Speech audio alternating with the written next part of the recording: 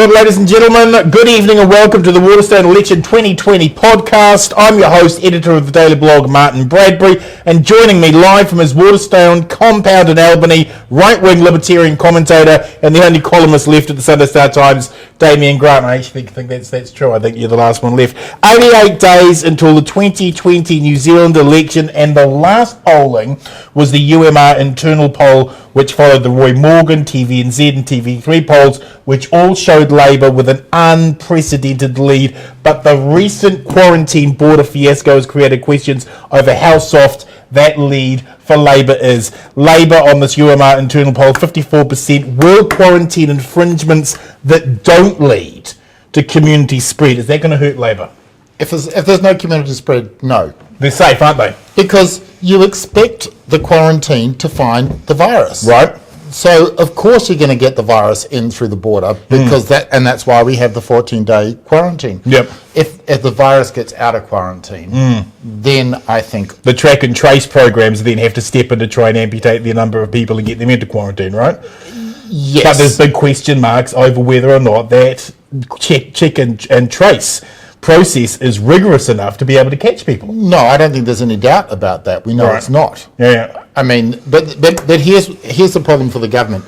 If it gets out, then because this whole track and trace and the app and all the rest of it is just kind of a debacle and a fiasco, then the government potentially has got to have the decision, do we put everybody down into quarantine, do it to lockdown again, or do we just sit there and accept the community spread? Either one of those is an electoral disaster for the government, which boggles my mind why they aren't doing a better job of controlling this at the border. It's not, you wouldn't have thought it's that difficult. We're not dealing with hundreds of thousands of people. So you put them in quarantine, you give them a test at 3 and at 12 days, and you make sure, because one of the arguments you were saying before that almost all of Woodhouse's allegations are proving untrue. Yeah. But one of the allegations that's coming out is that these things are essentially just little enclosed petri dishes. So you get somebody who comes in at day 1 with the virus. Right. Somebody is sitting there at day 12 without the virus. They intermingled in the petri dish of quarantine. Day 12 goes out. Right. And then bingo. Yeah. And then it's all over again. And if that happens, then the government's in trouble. But it's not necessarily fatal, though, because, okay, people lose confidence in the government. What do they do next? Yeah. They look to the opposition. And then they look back. We'll get to national in a couple of seconds, but just staying with Labour, there's a real, it's quite a unique, I think, situation for this election, isn't there? Because we've gone through this unique, unprecedented experience where a shared universal experience has been had by a whole bunch of voters, and it's made them feel emotionally connected to this election. When they were feeling vulnerable and they were feeling scared, they went to Jacinda, they were going, wow, you've done such amazing leadership. But it's a two-edged sword. If they feel that trust has not been given the kind of respect that they expected it to be, they will turn, and you have seen that in social media this week, haven't you? People went mental at the border restriction holds when there were always going to be some problems, surely. Yeah, but I mean, I think you've said before, Twitter is not New Zealand. And those of us who get engaged in social media, we tend to believe that it is, and clearly it's not. So, Twitter might... But that's a friendly space for the government. If there's anger and outrage there, it's certainly being replicated elsewhere, isn't it? Yes, but I don't think it's not anger at the government that's going to do them in. It's going to be a lack of confidence. Right. So, and the government needs to do two things. One, they've got to convince the population that they've done the right thing by locking everybody down. And two, they've got to convince the population that they're the right people to deal with the economic aftermath. And that's going to be the problem then for National. 30% this UMR poll. That's the right. problem here for National, surely, and we were talking about this off camera, they end up being a political party of ghouls, because the only way they win is if the plague gets in. So New Zealand's got to lose the war with the pandemic for National to win, and that isn't going to be very palatable. 2 months of that, them sort of just lidlessly staring at the border, praying for the plague to come through the border. It's hard not to compare them to the audience at a Colosseum. Yeah, isn't it, really, just sort of sitting there and willing the lions to get in there and create mayhem. And this is, well, see, and this is where part of the reason why I was so against him getting rid of Simon Bridges. So you knew where Simon Bridges stood. You might not agreed with him, but you knew where he stood. Right. The problem with Mr. Muller and the current cohort is that they haven't. I know there's been some, it's all about love or whatever the heck he's talking about, but he hasn't, this front bench, and even they put Amy Adams in charge of COVID recovery, I don't know what she's meant to be doing, but they haven't really articulated an alternative vision, have they? Right. There's nothing there. We think, they're standing up there saying, we think the COVID-19 management of the quarantine border is a disaster. Okay, then what would you do? What would you do? And they've got nothing, do they? They don't have an answer. They're saying, well, we're going to give every employer $10,000 where they employ somebody. Okay, so what are you saying, Mr. Miller? You are getting into a bidding war with National on spending? That's not a bidding. That's just saying, I raise you 2 ways. Haven't they also misread the business community? I don't know that many businesses that are looking at bringing more jobs on. I'm looking at a lot of businesses thinking about how the bloody hell do we keep the existing ones on. Have they misread where the actual business community is? Because the business community look a lot more frightened and concerned than optimistically rushing out to hire new people. I think they have misread the business community. And this is supposed to be their community. This is supposed to be their people. Yeah, people have been making some pretty good jobs about National, looking at the number of business people actually on their front bench, and they got to scrabble really hard to find them. And so the problem is that they don't have a lot of experience on the front end, particularly at small business. But that's dealing the with selling sort of point to the electorate. We can manage the business community more spectacularly. Yeah, but a bit like you and I selling, our selling point is dental hygiene. There's nothing to back it up. So that's a problem. But it's not just about what the nuts and bolts of the policy. You've got to actually articulate a vision. The bonfire of the regulations. Okay, fine. Whatever you think about that, it's an intellectual concept and idea that you can get out there and you are staking out an intellectual position. Because as this government has found out, it doesn't matter what your policies are going in. What matters, because the facts on the ground changes. You have, the last government had an earthquake, this one had the Christchurch massacre, you had... But will the electorate want to know that there is going to be a smaller government at a time when they're clinging to the government for safety? Is that message completely off? They've lost that, haven't they, intellectually? No, I don't think they have. But the problem is that if that's what they're going to articulate, then if that's what they believe, if that's what they want to run for, then run with it. If you believe in small government, then run with that. If National doesn't believe in small government, and frankly I don't think they do, then whatever it is that you're going to push to the public, you've got to go out there and sell it. Last week, Mike Hosking gave Todd Muller 4 out of 10. That's Mike Hosking. That's National Party cheerleader. I love me some National Party. Get it on, Mike Hosking. He gave Muller 4 out of 10. What do you give Muller? Four's pretty generous. Four's pretty good. I think I would give him 4 out of 10 for the initial. Actually, I'll give him lower than 4 out of 10 for the first 2 or 3 weeks out of the gate. He gave a very good speech in Parliament the other day, where he was sitting there pointing at the other side. Yes, you are so far in the partisan tank for the other side. It's not even. I'm surprised that you have the audacity to give him more than 4. How much are you giving him out of 10?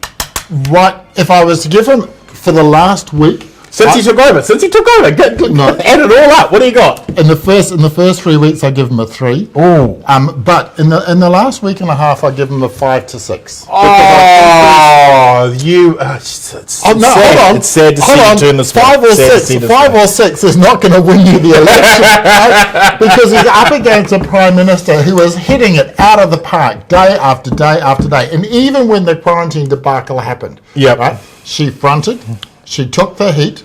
She didn't really accept ownership of it. She passed the buck a little bit, but she fronted, right? Yep. So even dealing with a massive political problem for her government, this Prime Minister stepped up. She's got the confidence to roll up and throw punches, right? Yeah. So so when you're dealing with somebody as politically adept and sophisticated as Jacinda Ardern, a 5 or a 6 out of 10 is not going to cut it. How is Muller going to go in those election debates up against Jacinda? They're less than 2 months away. Do you seriously think that he'll last 5 minutes in the ring with her? It depends on the facts on the ground, though, Martin. So if what we're saying before, if there's community outbreak and an economic depression, then all he's got to do she's on the ropes. All he's got to do is turn up and show he's got a pulse, right? But if we're in the same situation we are now, where the economy is shaky but still holding itself together, and we have no community transmission, he could turn up there, he could turn water into wine. And it won't be enough. It will not be enough. I actually think that he has the potential to be quite good in the debate. But again, we come back to the problem is I think that this Prime Minister has the potential to be exceptional in a debate. One of the interesting things I note with Muller is that in every interview he's done so far to date, when he starts getting flustered by the questions of the interview, he gets a little angry. He gets a little angry with each of the, and he throws it back at them. Did you see the interview with Mickey Forbes? Yes, with the hui, which seemed to be to attacking Māori media for not turning up to talk to Māori media seems to have been a pretty dumb move. I mean, Mickey Forbes came in there with, she's a classic in my view, a partisan advocate masquerading as a journalist. But she's very good at it, and she's got an audience. And Todd Muller would have known that going in. Yeah. He would have known that Mickey Forbes didn't like him, or at least would be pushing a Maori agenda out the other side. He didn't have the answers. No. And so when put to the, he should have anticipated this was going to be hostile. Particularly with announcing a front bench that's completely white. You would have thought they'd already worked out what they were going to say. I know, and there were so many good answers to that. Yes, All he had to do was turn around and say, listen, at the National Party, we're not focused on a person's skin colour, and then go and attack some Labour Party policy you don't like. He could have done that, but go straight on the agenda. I know, he didn't. He's defending the indefensible. I mean, they dropped the political goal there, right? But the response isn't to go around and say Paul Goldsmith is Maori.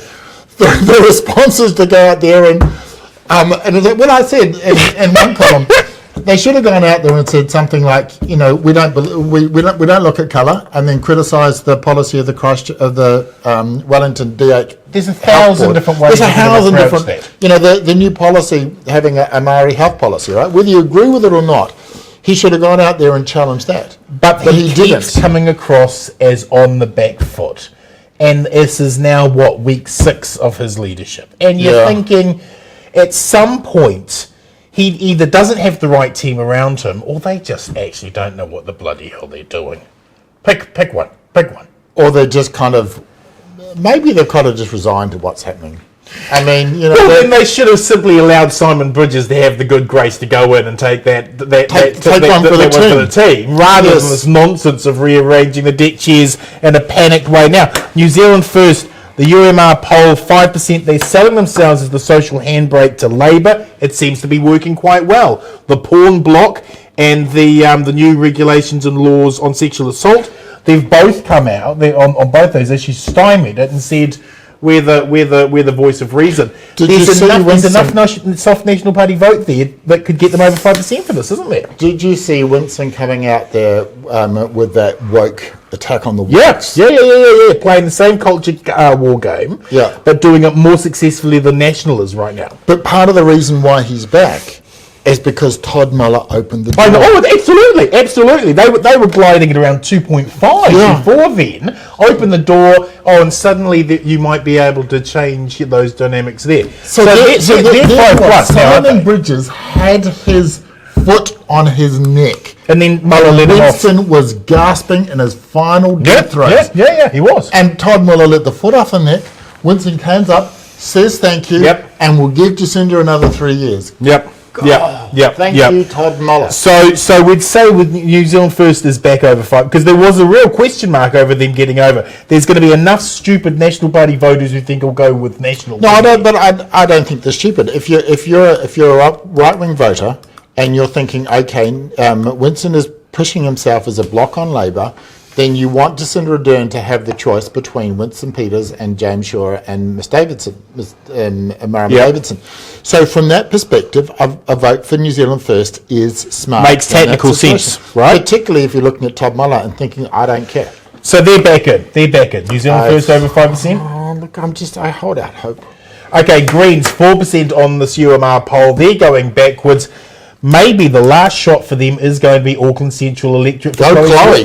Go Chloe. Yeah, who I think is an absolute talent and should be a future leader of the party. I reckon she could do it. I think she can do it. I think she's got enough mana. Helen White, lovely person, lovely candidate, but is unrecognisable outside. Where's she on the list? 50. She's placed on 50. So Labour have placed her quite far down on the list, so they're ruling out that chance, that 2-for-1 special. But if Labour are in the 50s, they could still bring Helen White in. Chloe could make a play for it. So if you're, because remember, Chloe got what, 70% in the Auckland mayoral? Yes, came third. If you are a Auckland Central latte drinking, possibly appalling liberal, the sort of people that I would just kind of like to run over in my Hummer, those sorts of people. Vegan on their bikes. You know it, you love it. They do a lot of yoga. Yeah. They're very present. So those sort of people could turn around and say, you know what?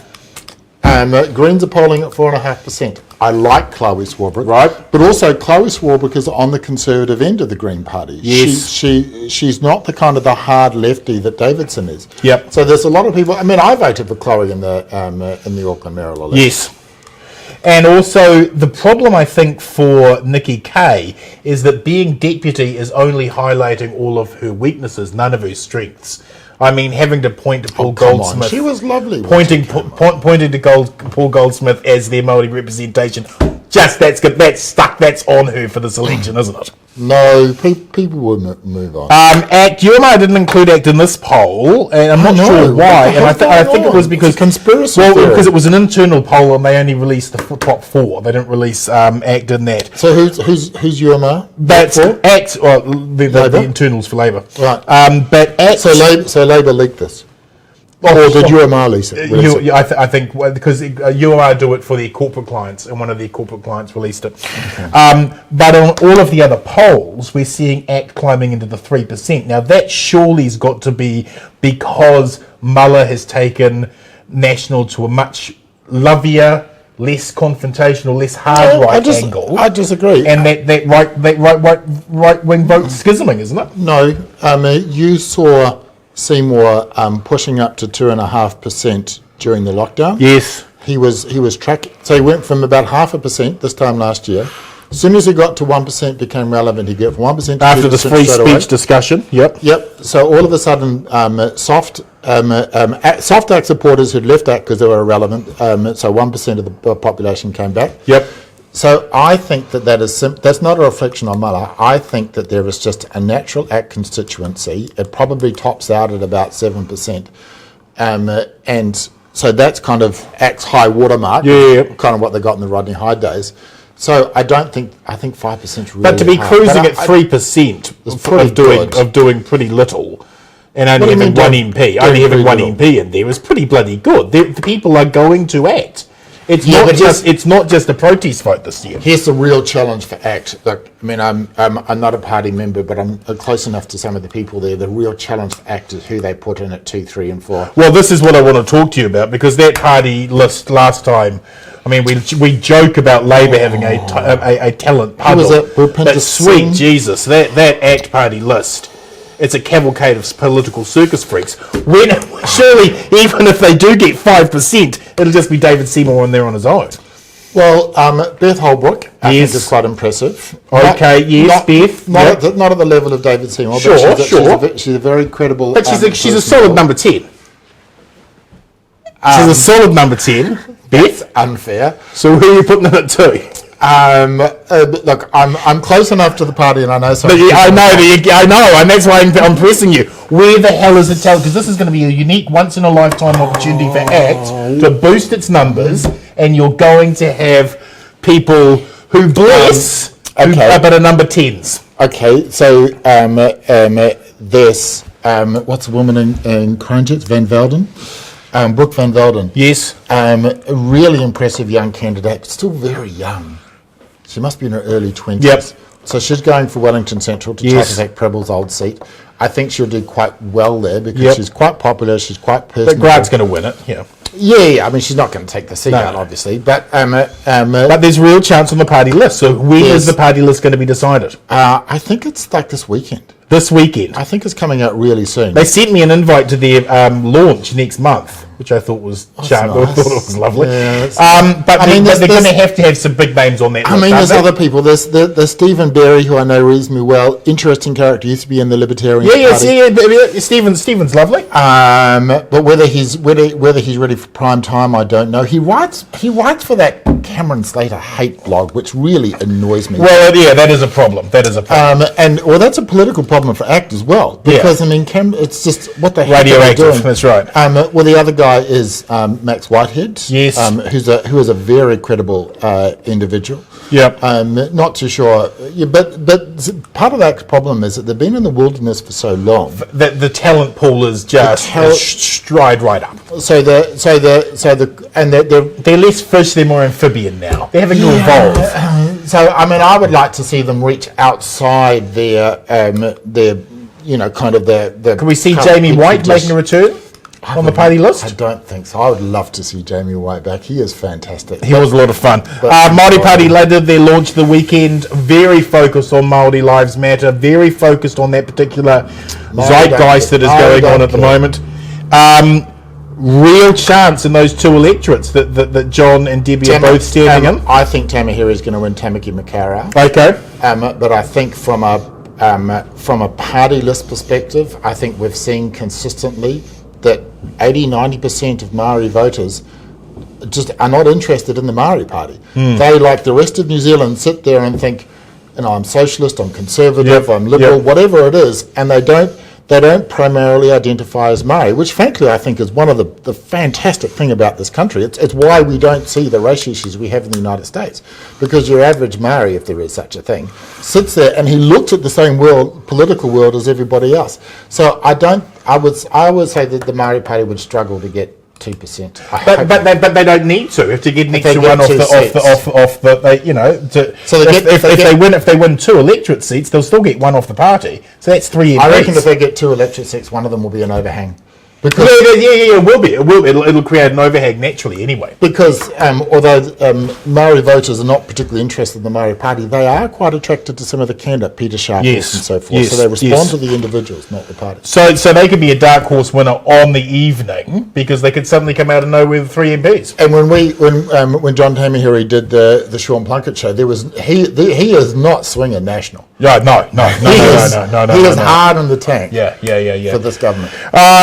Let's get to the smaller parties. Vision Aotearoa, Top, and the New Conservatives. Let's start with Top. I just don't see them getting to 5% right now. It's not going to happen in 3 months. Not going to happen. In preparation for this, yes, I actually went and I had a quick review. Yes, okay. And I got about a third of the way through. I just can't. It's boring. If you don't have Morgan going out there making incendiary and offensive comments, you don't have a market. Look, Mr. Simmons is a lovely guy, but nobody's going to vote for him. And getting 5% in 3 months is nigh impossible. Right? Much chances of being picked for the All Blacks. Okay, Vision Aotearoa, they started off with an interesting idea of banning permanent residents from voting. I thought that might be able to capture some of the anti-immigrant movement out there in the electorate. But it's gone nowhere. It's the crazy things they've been posting on their social media and the crazy things they've been saying sort of puts them into just fringe category now, right? Yeah, they belong with Vernon Tarver and the Blue Greens. And which places them nicely with the New Conservatives. Now you think the New Conservatives got a shot? They're not going to win 5%, but you have a look. I know some of the candidates who are running for them. They are very well organised. Yes. They seem to have a lot of money. Yes. The leader, what's his name? Leighton Baker. Yep. He comes across as a very credible individual. I don't like that Mr. Ihaki, the Auckland guy, but nonetheless, he comes across. You know what he stands for. Yeah. I mean, he's not. You or I don't belong to his audience, but you know where he stands. He's really clear and he's very articulate.